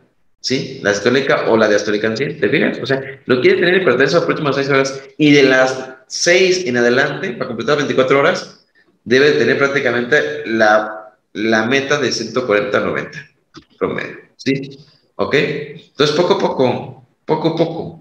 Lo principal es la primera hora, lo demás poco a poco, no llevan prisa, tranquilo. Lo importante es que tengas a tu paciente bien, ¿sale? Muy bien, ahora hablaremos de cada lesión, porque no es lo mismo tratar un EBC que tener una disección aórtica, ¿verdad? El EBC, enfermedad vascular cerebral isquémica o hemorrágica, ¿ok? Si el paciente tiene 220 o 120 de diastólica, ¿ok? Hay un medicamento que es el implicado, te lo preguntan en el examen nacional, te pregunta todo el mundo, ¿verdad? ¿Cuál es el mejor medicamento para problemas neurológicos? Se llama labetalol. Este medicamento es el mejor para controlar problemas neurológicos, labetalol. Fíjense, hace rato les dije el 25%, pero si estás hablando del cerebro, no es el 25%, es el 15% de bajar la presión arterial media. ¿Se fijan? Entonces ya estoy diciendo, ya por entidad, aquí es el 15%. Si tienes 240, 120 y la presión arterial media es 160, pues baja el 15%, que equivaldría como yo creo que a unos, el 15% de 160, pues andar como en 150, 160, por ahí, ¿no? Entonces, pues eso es, o sea, poquito, no le vayas tanto, vete lento, vete seguro, ¿ok? Si el paciente lo quieres trombolizar porque es un EBC isquémico, hasta que tengas 185, 110 o menos, puedes trombolizarlo. Yo te diría, quítale la crisis hipertensiva, déjalo en 180, 110 o menos, ¿sale? Ok, otra opción ante no ver la betalol o nicardipino, pueden utilizar nitro por cierto eso. Ok, son medicamentos muy efectivos en el paciente con EBC. Ahora, el paciente con EBC, hablando de la hemorragia subaneroidea, los mismos medicamentos, pero aquí se agrega la betalol. Ok, la meta es la tensión arterial sistólica de 160 de lo que es la sistólica o presión arterial media 130 o menos. Aquí en la hemorragia subaneroidea hay algún problema que el paciente puede tener en un futuro un vasospasmo, que es algo que se ve en los pacientes los primeros días posterior a la hemorragia y puede aumentar la hemorragia y generar edema cerebral. Ok, esto se recomienda que aquí el paciente le aplique el imodepino intravenoso, que la función no es controlar la presión, sino evitar el vasospasmo arterial cerebral. Ok, ¿qué sí le vas a hacer? Te voy a regalar un consejo lógico, pero a veces no lo hacen. Quítale el dolor. Todo paciente con cefalea, quítale el dolor. Y el paciente con hemorragia cerebral tiene tanto deterioro que no te lo va a decir, no te va a poder comunicar, o tiene alteraciones de los pares craneales y no te habla, pero va a estar diaforético, va a estar inquieto, va a estar taquicárdico y sumamente hipertenso. Quítale el dolor, por favor. Quítale el dolor. Les va a ir muy bien al paciente que le quites el dolor. ¿Con qué? Con opiáceos, no con aires. Ponle un opiáceo intravenoso, con horario. ¿Sí? Ceda al paciente si es necesario, una sedación mínima, pero hay que tener el paciente con un buen manejo del dolor. Y nunca lleven la hipotensión al paciente. En hemorragias, en el EBC, lo peor que puede ocurrir es que los mandes hasta el otro lado, ¿sí? Como es el caso de los hematomas intracraneales, ¿ok? Mismos fármacos, las metas son muy similares, ¿sí? Si este cerebro que ustedes ven aquí en la tomografía, ¿verdad? La ven aquí, le baja la presión arterial, digamos que yo con 240, 120 en la hemorragia cerebral, y luego le baja la presión arterial, al bajarle la presión arterial, ¿ok? ¿Qué pasa con el cerebro? Le va a dar más oportunidad, finalmente, a aumentar el sangrado. Y a ver más sangrado, más edema, más grave paciente, y los he visto morir por este problema. Entonces, Lo peor que puedes hacer en un paciente es no cuidarlo y dejarlo que caiga la presión arterial. Les digo cuáles son las complicaciones frecuentes cuando aplicas antihipertensivos, que no los vigilas y al rato están hipotensos. Y peor, ¿verdad? Porque yo siempre digo, peor es peor que peor. Lo peor es que después los tienes con un estado de choque. Y luego, ¿qué va a pasar? Ah, pues ahora como se ha chocado, ahora ponle aminas para aumentar la presión arterial. Y el paciente termina siendo un desastre total en su cerebro y muerte finalmente, porque no le cuidaste la presión arterial. ¿Ok? Encefalopatía hipertensiva es muy similar. Para que yo diga encefalopatía hipertensiva, el paciente tiene que tener una tomografía normal. Clave. Tomografía normal, o no tener hemorragia, o no tener datos de isquemia. ¿Ok? Es un diagnóstico de exclusión. Y el cuadro clínico se te puedes orientar porque el paciente está focalizado, está con alteraciones visuales, pudo haber presentado crisis convulsivas, puede estar en coma, puede estar con nistagmus, simplemente lo ves mal, ¿sí? A mí me ha tocado ver pacientes con encefalopatía hipertensiva y están frontalizados, ¿sí? Tú lo revisas y el paciente te está recordándote a tu mamá, está inquieto, le pones una sonda y se arranca en la sonda, lo amarran y se está quedando, está inquieto, está muy mal el paciente con encefalopatía hipertensiva, pero tienes que entender que está enfermo y tienes que bajar la presión poco a poco, ¿cuánto? Del 20-25%, ¿ok? Si no, el paciente va a continuar con edema cerebral y es un desastre su evolución. Bien, falla cardíaca, ya lo vimos, ¿verdad? La falla cardíaca con el edema pulmonar muy semejante se trata con diurético, con furosemide a 1 a 2 miligramos por kilo a la primera dosis. Si no resuelve, le puedes volver a aplicar otra vez furosemide de 1 a 2 miligramos sin problema, no tengan miedo. Aplica nitratos. La mejor vía para el paciente con esta entidad es sublingual, ¿sale? Aquí es isosovide o nitroglicerina sublingual. Y esto es muy benéfico para el paciente, ambos, ¿sí? Muy, pero muy benéfico para este paciente. Nitratos y lo que es el diurético. Oxígeno todo, porque tiene edema pulmonar, posición y una pivación. Son los pilares en el manejo del edema pulmonar y la falla cardíaca. Esta es una rofía con el signo de las alas de mariposa, ¿ok? Entonces, pues esa rofía se tendría que tomar en el área de choque con una rofía portátil, ¿no? No anden sacando el paciente del área de choque si no han resuelto su falla cardíaca, por favor, o su edema pulmonar. Esa es una rofía que se debe tomar cuando el paciente está ahí sin moverse, ¿sale? Y si no resuelve, lo metes con CPAP al paciente, darle presión positiva, compensación mecánica con un arnés, y si no resuelve, pues ya requiere intubación endotraqueal, ¿sale? Pero es el manejo del edema pulmonar y la falla cardíaca. En la acción aórtica, hay varios tipos de lo que es los falsos lúmenes, puede ser arriba, abajo, lateral. Finalmente, la acción aórtica, la meta es controlar la presión arterial lo más rápido posible. El paciente con disección aórtica nunca se lo va a olvidar porque es un paciente peor que el paciente con infarto en dolor torácico. Está peor, está con más dolor, más diaforético y lo ves muy grave. ¿Sí? Siente la muerte inminente el paciente con disección aórtica. Entonces, en este escenario, ¿okay? Hay que controlar el dolor con opiáceos, utilizar beta bloqueadores para bajar la frecuencia cardíaca a 60 a 70 latidos por minuto, nitroprocesato de sodio como segunda opción y tercera opción, calcio antagonistas. ¿Ok? Todos estos fármacos para bajar la presión súbitamente, ¿cuánto? Tensión arterial sistólica de 120, 100. Increíblemente, bajarle súbitamente, ¿cuánto tiempo? Lo más rápido posible. Si no, se va a romper la aorta. La angina inestable, el infarto con elevación del segmento ST y sin elevación del segmento ST, cualquiera de estas situaciones se recomienda utilizar nitratos, nitroglicerina, isosorbide, ¿ok? Si no responde lo que son los beta bloqueadores, metoprolol o betalol, ¿ok? Presión arterial media entre 20 y 30% va a bajarle. La verdad es que la mayoría de los pacientes se resuelven con nitroglicerina sublingual o isosorbide sublingual, una perla, una tableta. Te esperas 3, 4 minutos, no baja, otra perla, otra tableta, otra perla, otra tableta. Si no baja, pues entonces intravenoso, pero habitualmente le da bastante bien. Si el paciente quiere trombolizarlo porque lo necesitas en infarto con elevación de después de usted, quítale la crisis hipertensiva, bájalo de 180 a 110 para poder trombolizar. Pregúntale al paciente si utilizó sildenafil, la pastilla azul. Si viene de repente de un lugar de haber tenido relaciones y tomó este medicamento, si tú le das este medicamento, los nitratos, el paciente perpetúa en un estado de hipotensión muy difícil de tratar y el paciente evoluciona tortidamente. Entonces, siempre preguntarle si tomó lo que es el sildenafil o algún medicamento similar para control de la erección. Beta bloqueadores en las primeras 24 horas también recomendaron IECAS y árados como tal, ¿sale? Entonces, en el pilar de manejo del infarto o de la angina inestable son nitratos. También aplícale opiáceos para controlar el dolor, aplícale oxígeno si lo merita y vemos que vas a tener bastante evolución. Si no resuelve, le pones nitroglicerina intravenosa. Crisis simpáticas, depende de la causa, ¿verdad? El paciente de crisis hepáticas, unos están sanos y generan crisis hepáticas porque usan cocaína, metanfetaminas. Lo vi muchas veces en traileros, los traileros utilizan mucha anfetamina para estar despiertos. Supresión alcohólica, el paciente que deja de tomar de la noche a la mañana y tiene una supresión alcohólica, tiene hipertensión desde de que cae, tiene diaforesis, está con ansiedad, está muy grave en las urgencias, hace crisis hepáticas. ¿Ok? Ellos no son hipertensos, pero hacen crisis hipertensivas. El paciente con problemas tiroideos, ¿okay? Tirotoxicosis, fibroblastoma, también estos pacientes tienen un problema ajeno a la hipertensión arterial, ¿ok?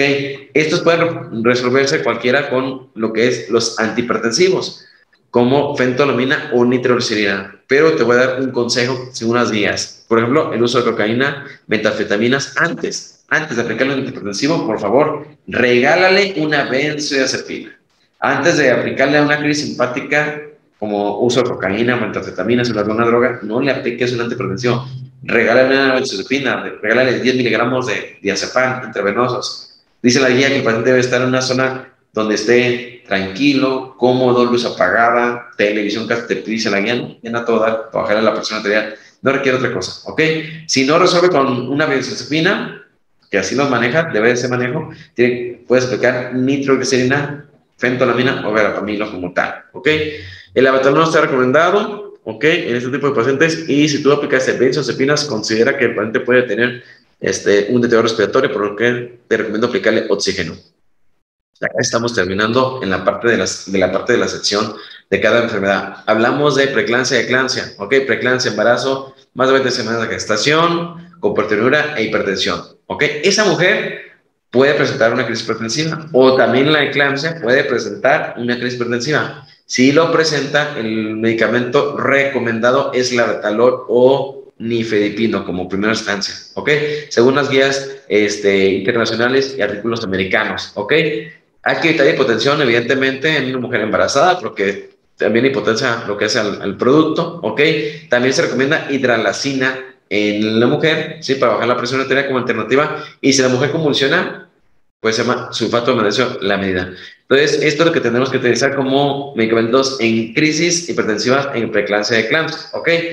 Labetalol, nifedipino, hidralacina. Ahora te voy a hablar de las guías de práctica clínica mexicana, que dicen, la preeclampsia severa se trata con hidralacina, le das un bolo intravenoso, finalmente de 5 miligramos. Si no baja, puede repetir otra vez ese bolo, ¿sí? O otra opción es que le des nifedipino sublingual a la mujer, que es una medida un poquito más tranquila, ¿no?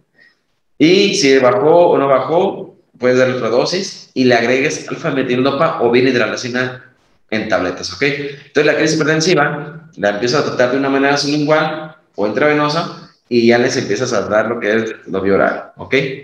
Esto es en preeclampsia severa. Si tiene eclampsia, es lo previo más sulfato de magnesio, ¿ok? Sulfato de magnesio va a evitar que convulsione, va a hacer relajación del músculo liso, va a bajar la presión arterial también, evita lo que es las crisis convulsivas. Entonces, se debe aplicar 6 gramos IV diluidos en 100 litros de solución glucosada, como lo que es la impregnación, y de mantenimiento 1 a 2 gramos por hora a la mujer, ¿ok? Hay que evitar los datos de intoxicación por sulfato de magnesio, que es flacidez, ¿ok? Hipotensión, y puede llevar a la muerte a una mujer, pero raramente.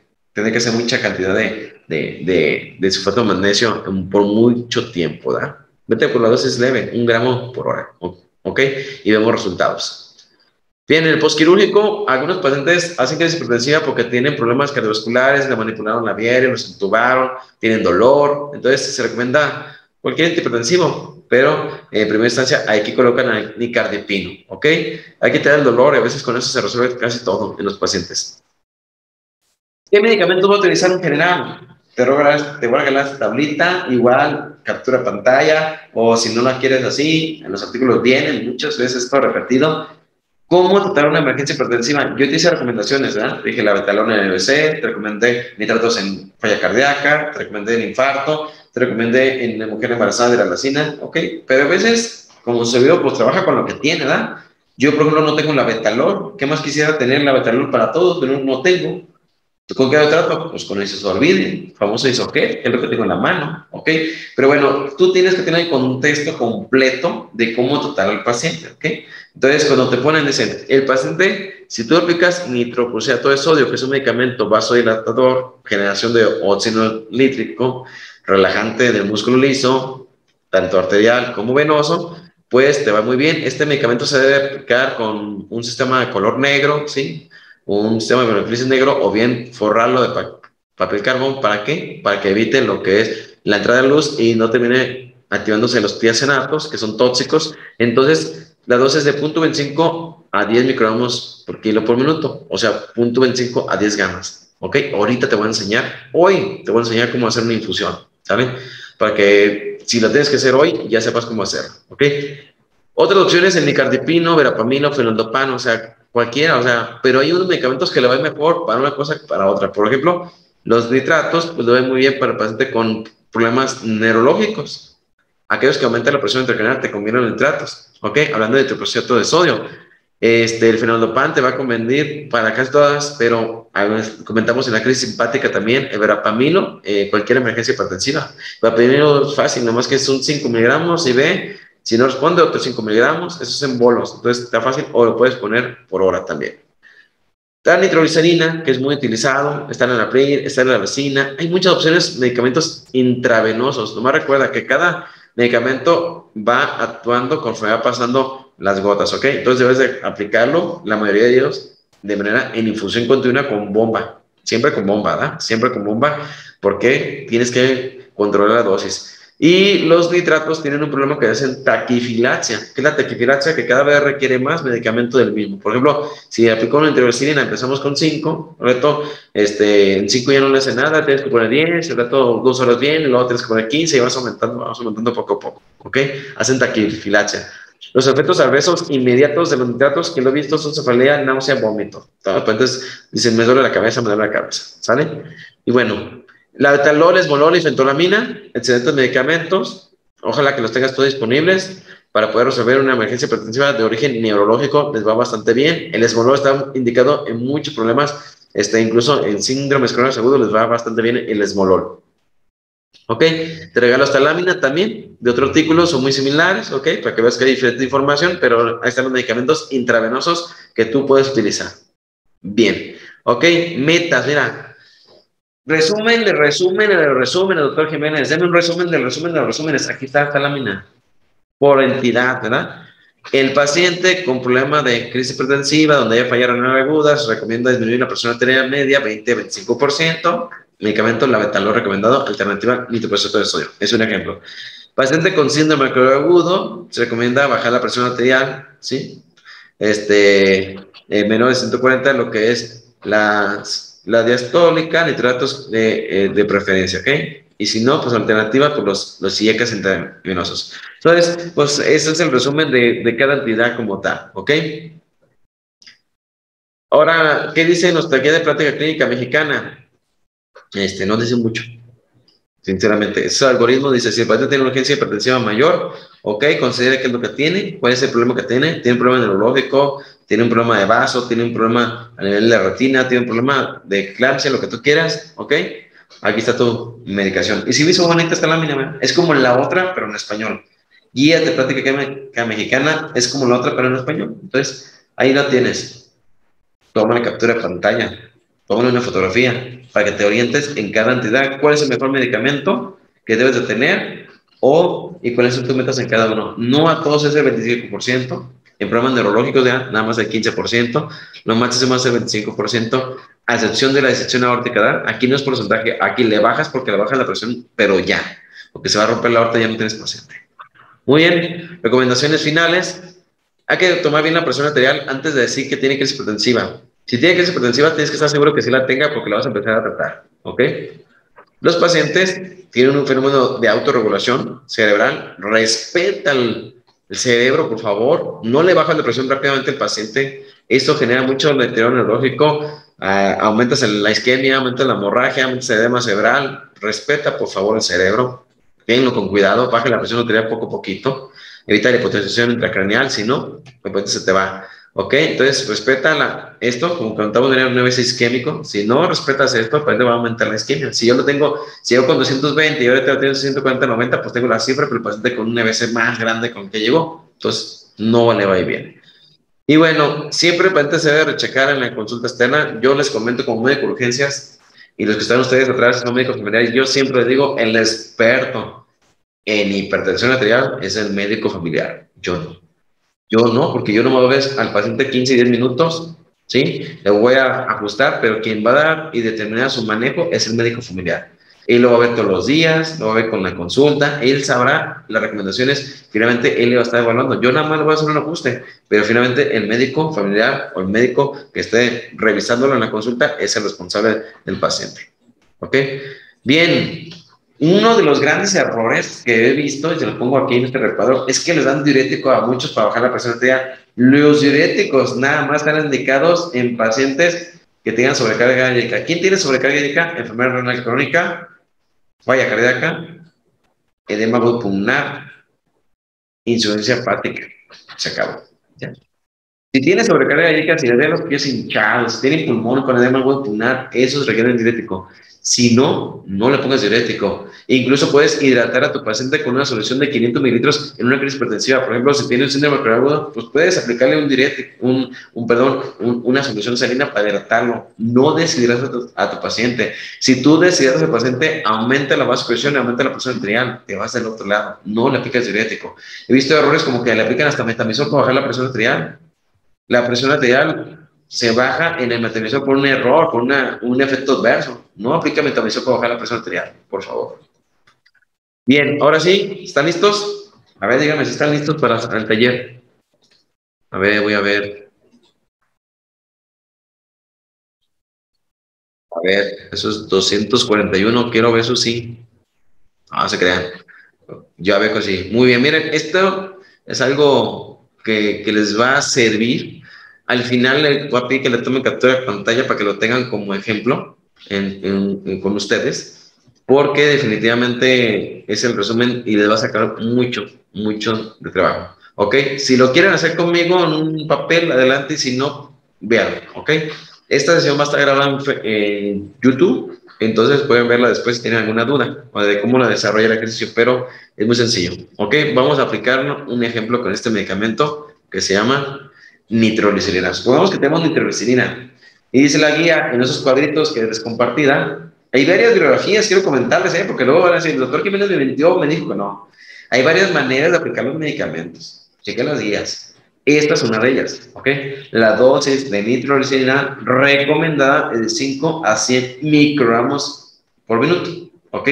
Aquí no es por kilo, es por minuto, ¿ok? Algunas dicen por kilo, pero eso lo digo para que no debería decir que el doctor Jiménez dijo una mentira, no. La mayoría dice por minuto, 50 a 100 microgramos por minuto. La presentación de la nitroglicerina sí dice 50 miligramos en 10 mililitros. ¿Ya? Ahí está el frasquito. Ok, vamos a tratar a nuestro paciente con crisis hipertensiva.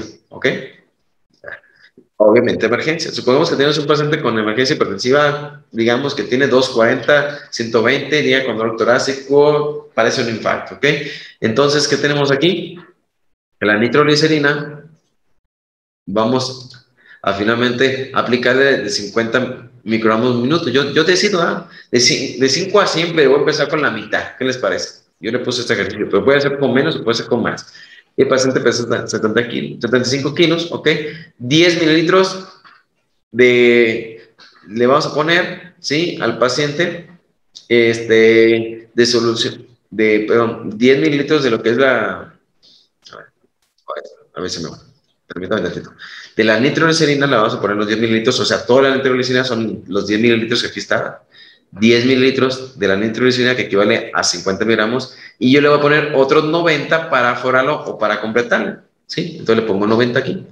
¿Ok? En total, ¿cuánto voy a tener? 90 más 10 son 100 mililitros. Entonces voy a tener nitroglicerina 50 miligramos en 100 mililitros. Así quedó forado, ¿ok? Entonces yo paso esto a microgramos porque yo quiero saber en microgramos. Entonces pongo 50,000 microgramos, que son estos. 50 miligramos por mil son 50,000 microgramos en 100 mililitros, que son estos. Y aquí, pues le hago una regla de 3. 50,000 por 1 entre 100 igual a 500 microgramos. Cada mililitro de nitroglicerina en esta infusión tiene 500 microgramos. ¿Ok? Entonces, yo quiero la dosis, ¿cuánto dijimos? Allá pusimos arriba. ¿Sí? 50, ¿verdad? Acá cada 50 microgramos por minuto, porque yo quiero dejar de 50, ¿verdad? Yo quiero 50. ¿En cuánto tiempo? Pues en una hora, ¿verdad? Porque por hora, ¿verdad? Vamos a dejar la infusión en una hora, ¿ok?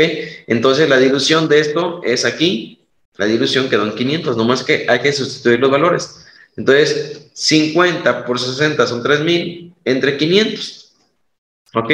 3000 microgramos hora entre 500 microgramos mililitro, que es la dilución, te va a salir 6 mililitros por hora, ¿sí? Entonces las indicaciones para la enfermería sean 10 mililitros de nitroglicerina, o sea, todo el frasco, aforados a 100 mililitros de solución salina, o sea, van a poner 90 de solución salina, van a quedar en total 100, y pasar a 6 mililitros hora de infusión. Aquí es cuando yo te pido que tomes captura de pantalla.